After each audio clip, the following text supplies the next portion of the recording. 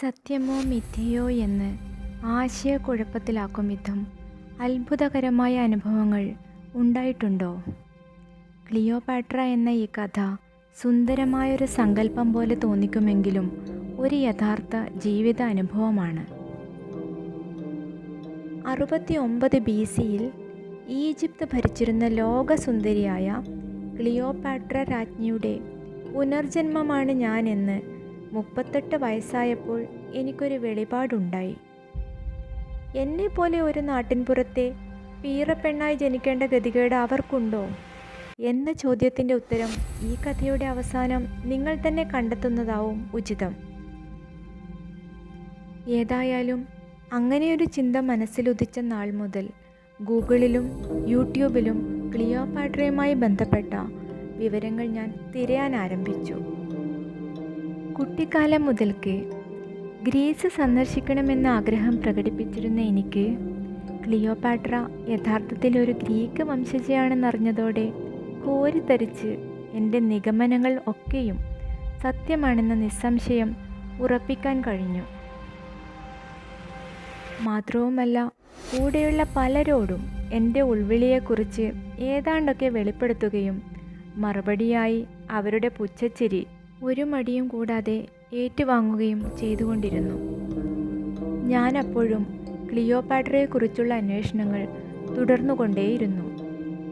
ഒക്ടേവിയനുമായുള്ള യുദ്ധത്തിൽ പരാജയപ്പെടുമെന്ന് ഏതാണ്ട് ഉറപ്പായപ്പോൾ അഭിമാനക്ഷതത്തെ ഭയന്ന് ആത്മഹത്യ ചെയ്യാൻ ക്ലിയോപാട്ര തീരുമാനിക്കുന്നു. അങ്ങനെ ഈജിപ്ത് മണലാരണ്യത്തിൽ സുലഭമായ ഉഗ്രവിഷമുള്ള പാമ്പിനെയും കൊണ്ട് മുറിയിൽ കയറുകയും 3 നാൾ കഴിഞ്ഞ് എതിരാളികൾ അടച്ചിട്ട മുറി ബലം പ്രയോഗിച്ച് തുറന്നപ്പോൾ കണ്ടത് പാമ്പ് കടിയേറ്റ് മരണപ്പെട്ട് കിടക്കുന്ന റാണിയെ ആയിരുന്നുവത്രേ. ചരിത്രരേഖ പ്രകാരം തൻ്റെ 39-ാം വയസ്സിൽ ഒരു ഏപ്രിൽ 12-നാണ് അവർ മരണപ്പെട്ടത്. നാളുകൾ പോകെ പോകെ ഞാൻ 38 വയസ്സിൽ നിന്ന് 39-ലേക്ക് കാലെടുത്തു വച്ചു. ആ വർഷത്തെ ഏപ്രിൽ 12-ന് ഇനി ഏതാനും ദിവസങ്ങൾ മാത്രമേ ബാക്കിയുള്ളൂ എന്നിരിക്കെ എന്തെന്നില്ലാത്തൊരു ഉൾഭയം എന്നെ പിടികൂടി തുടങ്ങി. ഓഗസ്റ്റ് 12-ാം തീയതി എന്നെ അന്വേഷിച്ച് പാമ്പ് വന്നെത്തുമെന്ന് സങ്കല്പിച്ച് ഒരാഴ്ചയായി എൻ്റെ ഉറക്കം നഷ്ടപ്പെട്ടു തുടങ്ങിയിരുന്നു.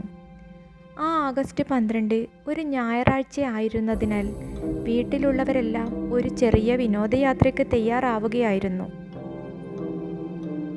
ഒരു കാരണവശാലും ഈ യാത്രയ്ക്ക് എന്നെ പ്രതീക്ഷിക്കണ്ട എന്നും പുറത്തിറങ്ങിയാൽ എന്നെ പാമ്പ് കടിക്കാൻ സാധ്യതയുണ്ട് എന്നും പലവട്ടം പറഞ്ഞിട്ടും അവരെല്ലാം അന്ധവിശ്വാസി എന്ന് പറഞ്ഞ് എന്നെ പരിഹസിച്ചു കൊണ്ടിരുന്നു. ഓരോ നോക്കിലും വാക്കിലുമുള്ള അവരുടെ കളിയാക്കലിനും ഭീഷണിക്കും ഒടുവിൽ ഞാനും പുറത്തേക്ക് പോകാൻ നിർബന്ധിതയായി. അങ്ങനെ മനസ്സില്ലാ മനസ്സോടെ ഞാനും പുറപ്പെട്ടു. കാൽ താഴ്ത്തിയിട്ടാൽ പാമ്പിഴയുന്ന പോലുള്ള തോന്നൽ കാരണം കാറിനുള്ളിൽ കാലുകൾ രണ്ടും സീറ്റിന് മുകളിൽ കയറ്റി വെച്ചാണ് ഞാനിരുന്നത്. കാറിനുള്ളിൽ പാമ്പോ, കാല് താഴെയിട് തുടങ്ങിയ അഭിപ്രായങ്ങൾ ഞാൻ കേട്ടില്ലെന്ന് നടിച്ച് ഇരിപ്പ് തുടർന്നു. ഒടുവിൽ ഇറങ്ങേണ്ട സ്ഥലമെത്തി. ഇറങ്ങാൻ മടിച്ചു നിന്ന എന്നെ എല്ലാവരും ഉന്തിത്തള്ളി താഴെയിറക്കി. അപ്പോഴാണ് കാറിൻ്റെ വീലിൽ നിന്നും പുറത്തേക്ക് നീണ്ടു നിൽക്കുന്ന ഒരു വലിയ വാൽ ആരുടെയോ ശ്രദ്ധയിൽപ്പെട്ടത്. അത് കണ്ടതും ഞാൻ ഓടി അടുത്തുള്ള ഒരു കെട്ടിടത്തിൽ അഭയം പ്രാപിച്ചു. ബഹളം കേട്ട് ഓടി വന്ന നാട്ടുകാരും വീട്ടുകാരും എല്ലാം ചേർന്ന് വീൽ ക്യാപ്പ് മാറ്റി പാമ്പിനെ പുറത്തിട്ടു. കൊടും വിഷമുള്ള വലിയൊരു പാമ്പായിരുന്നു അത്. നീണ്ട യാത്രയിലുടനീളം ചക്രത്തിനുള്ളിൽ കിടന്ന് കറങ്ങിയത് കൊണ്ടാവാം അത് നന്നേ ക്ഷീണിച്ചു പോയിരുന്നു എന്ന് തോന്നുന്നു. വളരെ പതിയെ അത് കാട്ടിലേക്ക് ഇഴഞ്ഞു പോകുന്നത് ജനാലയിലൂടെ ഞാൻ വീക്ഷിച്ചു കൊണ്ടിരുന്നു. പാമ്പ് കാട്ടിലേക്ക് മറിഞ്ഞതിന് പിന്നാലെ വീട്ടുകാർ അന്വേഷിച്ചത് എന്നെയായിരുന്നു. അപ്പോഴേക്കും അതുവരെ ഉണ്ടായിരുന്ന ഭയം എന്നെ വിട്ടു പോയിരുന്നു.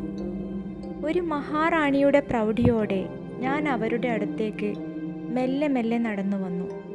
അത്ഭുതത്തോടെ, അതിലേറെ ആരാധനയോടെ അവരെല്ലാം എന്നെ നോക്കുന്നത് അഭിമാനത്തോടെ ഞാൻ ആസ്വദിച്ചു.